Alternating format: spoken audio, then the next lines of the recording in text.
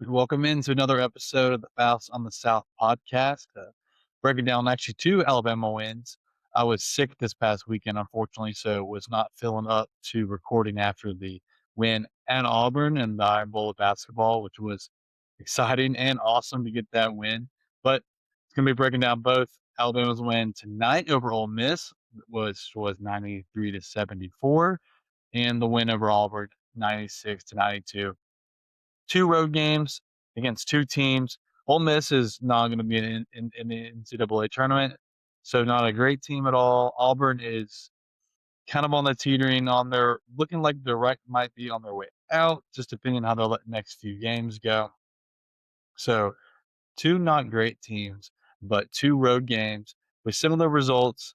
Alabama doesn't have great first halves, but then they have huge second halves. Right now, the shot making is there for Alabama. The offense looks great. The defense is kind of is what it is, but the style of play this roster was built for is to be an offensive team, and they are shooting it well. Not just from three, but from the free throw line too. Free throws had been an issue for Alabama this season, and the last two games, it seems like that issue is gone. Yeah, so looking at free throws and 3-point shots for for threes, and Alabama against Auburn, they shot over 50% from three. Actually, didn't really get that large of a volume of threes. Auburn actually ended up shooting more threes than Alabama, which is very out of the norm for what Alabama does in their play style. But Alabama only shot 23 threes, but they made 12 of them. If you're going to do that, you're going to win most games. They also shot great from the free throw line. LeBaron was 8 of 9. Amari Allen was 4 of 4. Aiden Holloway is 4 of 5. Aiden Sherrill was 2 of 2. Uh, Charles Bediako, in his last game as a Crimson Tide player, was 2 of 3. When you go to the game tonight against Ole Miss, Alabama was made 17 of their. They shot 45, so they attempted 45 threes compared to 23 against Auburn, but they shot seven. They made 17 threes. That is a huge amount. Uh, and then from the free throw line, they were 24 of 26. So the last two games, they're shooting basically over 90% from the free throw line, and 3-point shot has come around. Besides just the overall offense clicking in the last couple of games, two things that really stood out to me that I'm really hopeful for will continue and throughout the rest of the season.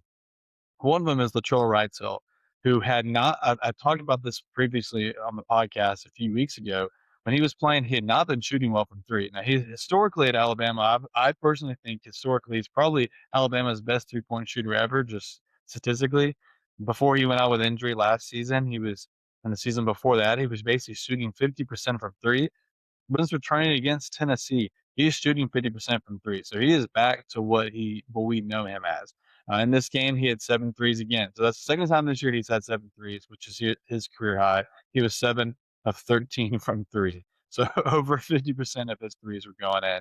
Against Auburn, you know, he got hurt actually early in the game, which is a continued issue from this team, but other guys stepped up, so he didn't really get a lot of minutes. So before the game against Ole Miss, we were going to get to see hopefully a full healthy Latrell Wrightsell, and we got that tonight. If Latrell can continue shooting like that this season, he's going to get a ton of volume of shots up, especially if he stays healthy. So if he can do that and continue shooting this way, he's just going to be an extra factor and probably be an X factor in a lot of games. That's going to help us push us over the top. The other thing that stands out is the 90% free throw shooting in the last couple games. If that stays true, Alabama's going to be a really tough team to beat. That is a big part of their offense, getting into the paint, drawing fouls, and getting to the free throw line. Nate Oates is all about layups, free throws, and threes. That's what we do. And if we get to the free throw line and we're shooting over 90%, it's going to be pretty hard to beat us. The only way you're going to be able to beat us is completely shut us down, because LeBaron is great at this, Aiden is great at this, and Sherrill is actually a really, really good free throw shooter, and he's so good at either kind of going under the basket and getting a layup real quick, or being able to draw a foul and get to the free throw line. So if everyone's making free throws, Alabama's going to be a really tough team to beat.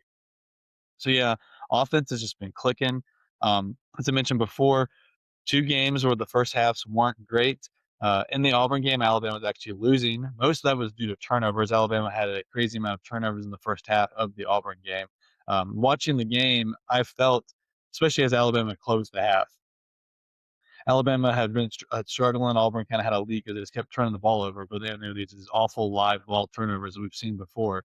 But at the end of the half, what makes Alabama's offense so tough for other teams is that it never stops, and they're constantly going to keep going at you. And eventually, kind of wear down. That's what kind of looked like it happened to Auburn at the end of the first half in that game.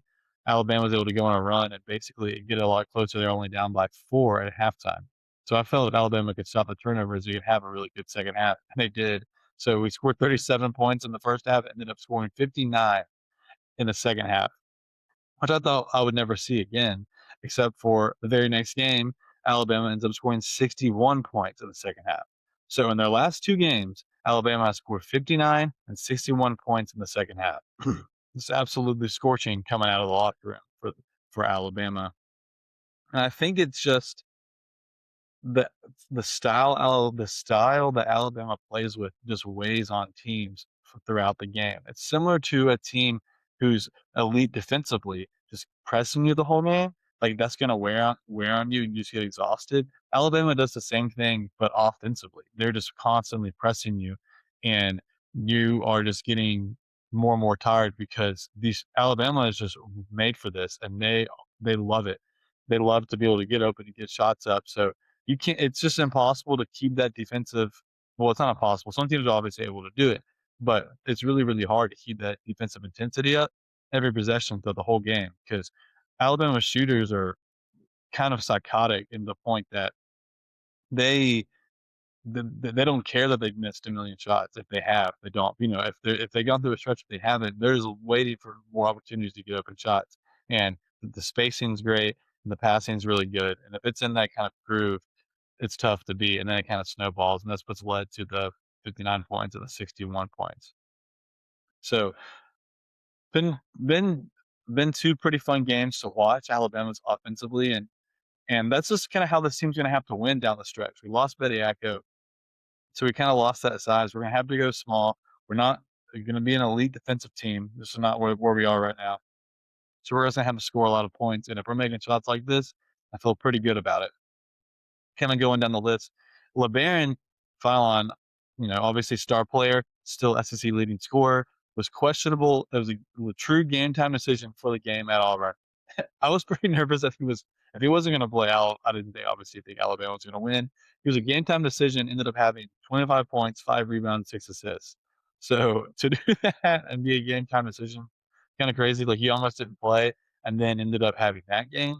And he was 7 of 15 from the field, 3 of 6 from 3, 8 of 9 from the free throw line, which the free throws, a big part of it is like LeBaron's not been a good free throw shooter, but he shot great against Auburn. And then if you come to the Ole Miss game, he had 18 points, 5 rebounds, 3 assists, 4 of 11 from the field, so not like as efficient, but pretty close, and 1 of 4 from 3. He just didn't make his 3 shots in the Auburn game, man, he was just cooking, and he had a couple just step back threes that were bag breaking for Auburn, and man, they were just awesome. He had one in particular that he just the shot clock was going down, looked like the possession was kind of dead for us, and he just kind of hit a little jab step back three, bang, just absolutely massive. Maury Allen, I've already talked plenty about how much I love him. He's I think he is a for sure one and done guy, which stinks, but he's just like a perfect player in my opinion. He does everything for us on both ends of the court. Plays great offense, plays great defense, rebounds really, really well. He's a leading rebounder.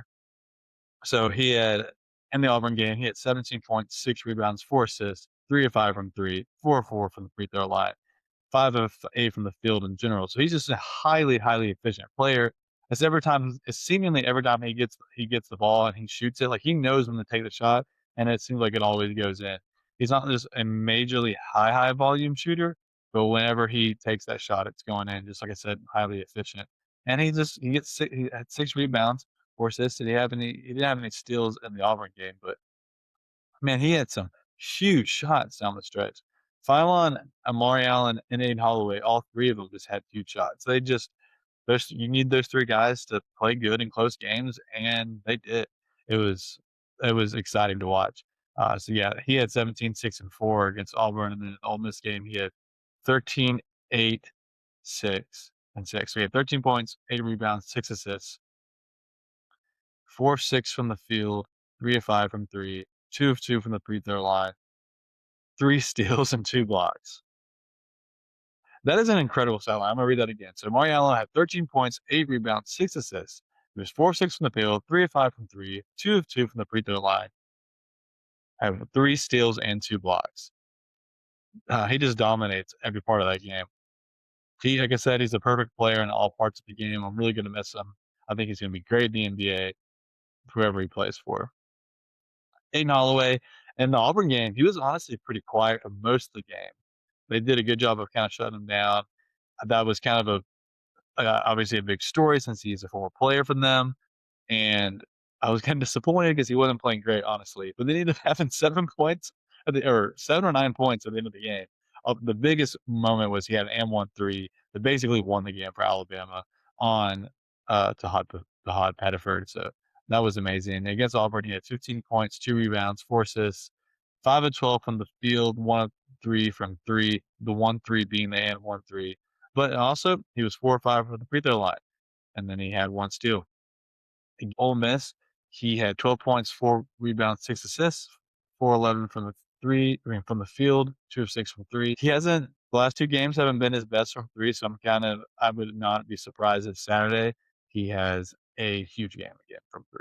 Uh, as mentioned before, Latrell, yeah, he didn't get to play much against Auburn, only had 5 points. He made his 1 3 that he shot. But tonight, he had 21 points with 7 of 13 from 3. He also had, 3 rebounds, 3 assists. So a lot of assists tonight, 20 assists tonight for Alabama and only 6 turnovers. That's pretty good right there. That's gonna do a lot of good. Then looking at Aiden Sherrill, he's just kind of been consistently good the whole season. Didn't have a huge game against Auburn.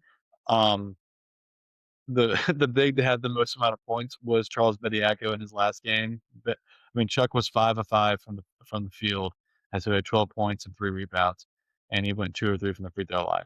So that was legendary performance, in my personal opinion. On your way out, you play that well against Auburn. Losing Charles Bediako just changes the way we do our lineups a little bit. We with Chuck, we were playing both Sherrell and Chuck together, kind of helping that like using that to create an advantage and have 2 solid bigs. Now we're gonna do like kind of the exact opposite. We're gonna go back to what we were doing before and play mostly small ball. A big reason for that is because we just don't really wanna have to play Noah Williamson or Taylor Bull-Bowen, it seems, much at all. I mean, we have for sure basically said, without saying it out loud, that we don't want ever to play Noah Williamson as much as possible, and he's the backup 5. So your only option is to go really small, and then you gotta hope that Taylor Bull-Bowen starts playing better. One positive part about having Chuck was they wouldn't have to watch much of TBB or Noah Williamson, who both have really been struggling. Noah's for sure not gonna play much. With Taylor Bull-Bowen, um, there's still upside for him, and we need him probably down the stretch to play better and have big minutes because of his size, and he can hit block shots. But I can't help but notice that some of our most of our best offensive games and best offensive stretches happen when he's not on the floor. And I think it's just because when the group that's on the floor when he's not there is just a lot better. Because there's chances he's going to take shots that he's not making shots. He's 1 of 4 from 3 tonight. He was 1 of 2 against Auburn. He just doesn't make shots right now. And when he's shooting, he's taking away shots from Trelly, from Amari Allen. I don't I just don't really care to watch him play. I know he can give us maybe an athletic size, and we need size down the stretch against bigger teams, I suppose. But honestly, I kind of just want to, for the most, like, and we will do this, but like for the most stretch of the game, you want it to be Sherrell and Amari and Trelly and Aiden and LeBaron. That's who you want it to be. Those are your best scores right there. So you kind of I'm okay to never have to watch TBB again. I know we need him for depth, but yeah, whenever he's on the floor, I don't have like a plus minus in front of me. This is just what I feel. The offense just isn't the same because it's just he can't score like the other guys can, and he's taking shots from the other guys. This is my opinion on Taylor Bowbone right now. But London Jefferson got the start for Alabama tonight, which was interesting. I think that was just to bring Charlie off the bench because he was dealing with like the injury from or lingering type injury from last game. He didn't really do much. London, that is, did not do much tonight. He ended up only playing 16 minutes. I honestly don't know if he was got a little banged up or not, but um, I do want to shout out him against Auburn. He ended up had 7 points. Those 7 points is a 7-0 stretch, a 7-0 run by him alone in the Auburn game. It was a huge moment in the game. So I just want to really shout him out for that. He's done that in a few games now, and I feel like I've shouted him out multiple times this season for the same thing. I've said it before. I think he has a lot of high upside, and I'm excited to have him back next year. Fingers crossed. Obviously, the transfer portal always ruins my plans, but I'm hoping that we can just keep him around next year. It was cool to see Bethea get some playing time tonight. He hadn't played him what felt like forever. It seemed like he was just done playing whatsoever. He ended up he had 5 points tonight. He had 5 points in 5 minutes, but he actually had first half minutes and had 2 points in the first half, which was kind of surprising. I don't really know why that was, but it was cool to see him out there. Houston, who had a few good games in a row of going 2 of 3 like he did against Auburn, or 3 of 4 like he did in the game before. I think he went 3 or 4 against A&M off the top of my head. I think that's right. But when Houston was 1 of 8 from 3 tonight, not great, but that's okay. Anyways, so that's kind of I think that's everybody that I've mentioned. Yeah. Um, Obviously, Noah Williamson in his 5 minutes scored 0 points, but yeah. So that's kind of the gist of the 2 wins. Like I said, the so if I'm just gonna recap the 2 wins, the 2 road wins against 2 okay teams, but it showed that Alabama's offense is still top tier, number 2 right now, most all efficiencies. Alabama's shooting great right now from 3. Specifically, Latroy Wrightsell has found his shot again, which is huge. And the free throw shooting for Alabama, if that can continue, that's gonna be great for Alabama going forward. Want to bring up Alabama's remaining schedule just to kind of show that I mentioned this after the Florida loss. The one thing is if Alabama could rebound from that loss and you know just regather themselves, get through the home game against A&M, which they did. I mean, go on the road to Auburn and get the win, which they did. They had a pretty easy setup remaining schedule, and that started with tonight. Ole Miss is not a good team. They're not in the NCAA tournament, but it was on the road. Alabama obviously takes care of business, and now they're on Saturday. They play the worst team in the conference, South Carolina. So I'm counting that as a win. So they'll be 8-4 there. Uh, they're gonna have home against Arkansas. It's like the hardest game in the next few games. Arkansas, it'll be a tough game, but at home you hope you can get it. And then you're at LSU, not a good team. You get home against Mississippi State, not a good team. Yeah, I'm really hoping that Alabama can get these next 4 in a row, which would be a 7-game winning streak heading into that game at Tennessee, which would be a big game for SEC standings and also just I think NCAA tournament seeding as well. I would imagine Tennessee, they won tonight. They're playing really good defensively. They have a really good player on their team, and Alabama obviously already lost them earlier this season, but they didn't have Amari Allen or Aiden Holloway. So I'm excited to watch them play again, hopefully with the full roster. But anyways, if Alabama can win these next 4, they'll be a 7-game winning streak. They'll be what? They're 7-4 right now, so they'd be 8-4, 9-4, 10-4, 11-4 in conference. So if Alabama's sitting 11-4 conference with 3 games to go, there's just a lot more excitement around the team than especially from it's kind of a 180 from what we were feeling after the 40 game, but that's what we get for the schedule kind of equaling out for us. But yeah, I think that's really good. And why is that important? The Alabama schedule gets easier and they can kind of start stacking wins. I really think they have a really good chance to either they could maybe win out, but or finish just with one more loss and finish 13-5 in conference. And if we pull up their standing, the SEC standings, why is that important? If you just kind of look at the SEC teams, I truly believe that Alabama can beat every team on here except for Florida. I just don't think Alabama can beat Florida, but I don't know if many can. But Alabama's already beaten Kentucky. Vanderbilt they lost to, but they didn't have Aiden Sherrill in that game, and Phylon was missing for most of the entire second half. So I think Alabama can beat Vandy, and like down the list, like same with the Tennessee game, Alabama was missing Maury Allen and Aiden Holloway, and the Texas game makes no sense. Alabama lost that to begin with, so I genuinely think Alabama can beat every team in the SEC except for Florida. If you look at the standings, Florida's obviously sitting at the top 9-2.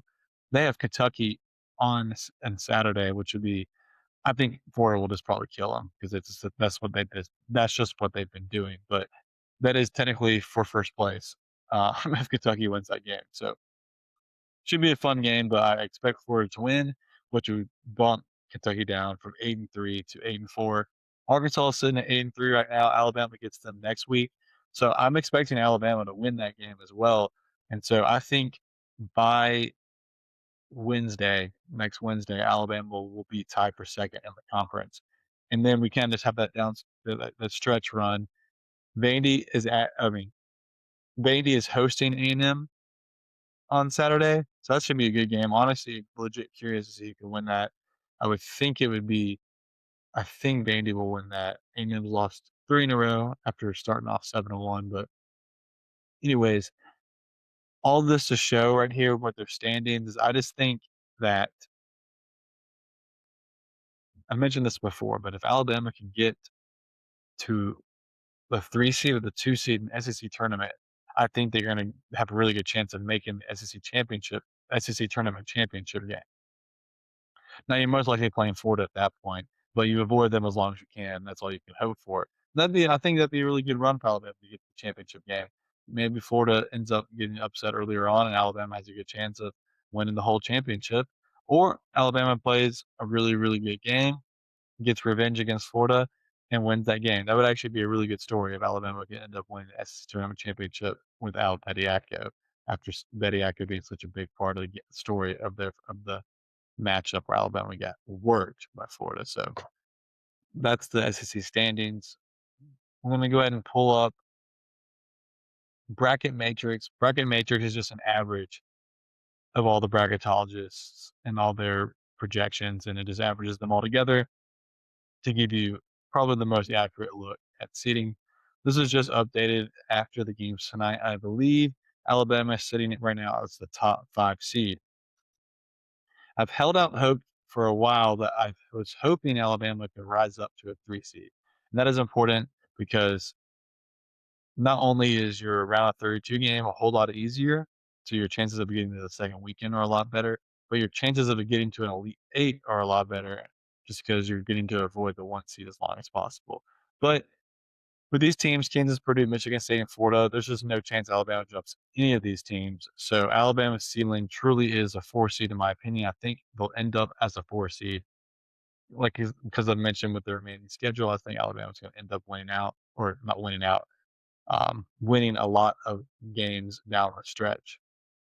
So I think Alabama will be a 4 seed. Being a 4 or 5 really makes no difference, honestly, because it's the same thing. You're playing a 12 seed or a 13 seed in the first round, challenging type game. And if you can win that, then you have the round 32 game against a pretty equal opponent because 4 or 5 seeds are pretty similar teams. So tough round 32 game.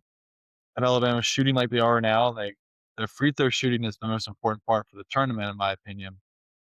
If that continues, I think Alabama probably can get through that round of 32, and then they get to the Sweet 16, play one of these 1 seeds, and lose. They're not going to beat these 1 seeds right now. I'm telling you right now, I'm not getting my hope up. No one should either.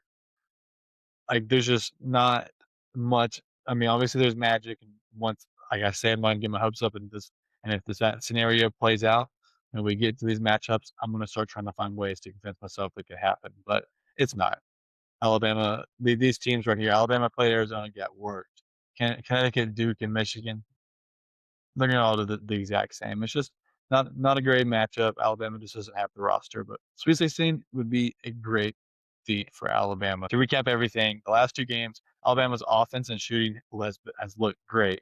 Specifically to me, what stood out is that free throw shooting. If that can continue down the stretch with what is a favorable, easier schedule for Alabama, I think they're going to end up winning a whole lot of games, and they can get into the 2 or the 3 seed of the SEC standings, which is important to avoid Florida as long as possible. So there's a good chance Alabama can get their way to the SEC tournament championship. And then long term in the NCAA tournament, if they can continue the shooting and free throw shooting that they have done the last couple games, I have a really good feeling they can win their round of 32 matchup against a 4 or 5 seed. And then we can have another Sweet 16 appearance. So that's kind of a really positive end to the season, I believe. And these last 2 games have been awesome to watch. Saturday, of course, was exciting just because it's a rivalry game and it was close, and Alabama ended up closing it out in awesome fashion. And then the game time was awesome because it was losing Betty Acko and just the up and down season Alabama's had. It would have been a pretty disappointing blow if Alabama had dropped that, and they didn't even flirt with it. They just kind of smoked Ole Miss. So that was good to see. 2 good wins. Alabama has South Carolina on Saturday, which is the worst team in the conference at home. So Alabama's just got to take care of business and beat them badly as they should. 2 other good games for the SEC is Kentucky is at Florida and A&M is at Vanderbilt. Overall, 2 great wins. I'm excited for the teams at offensively, and I'm just excited to see if that shooting and free throw shooting specifically can continue. All right, thanks. Roll Tide.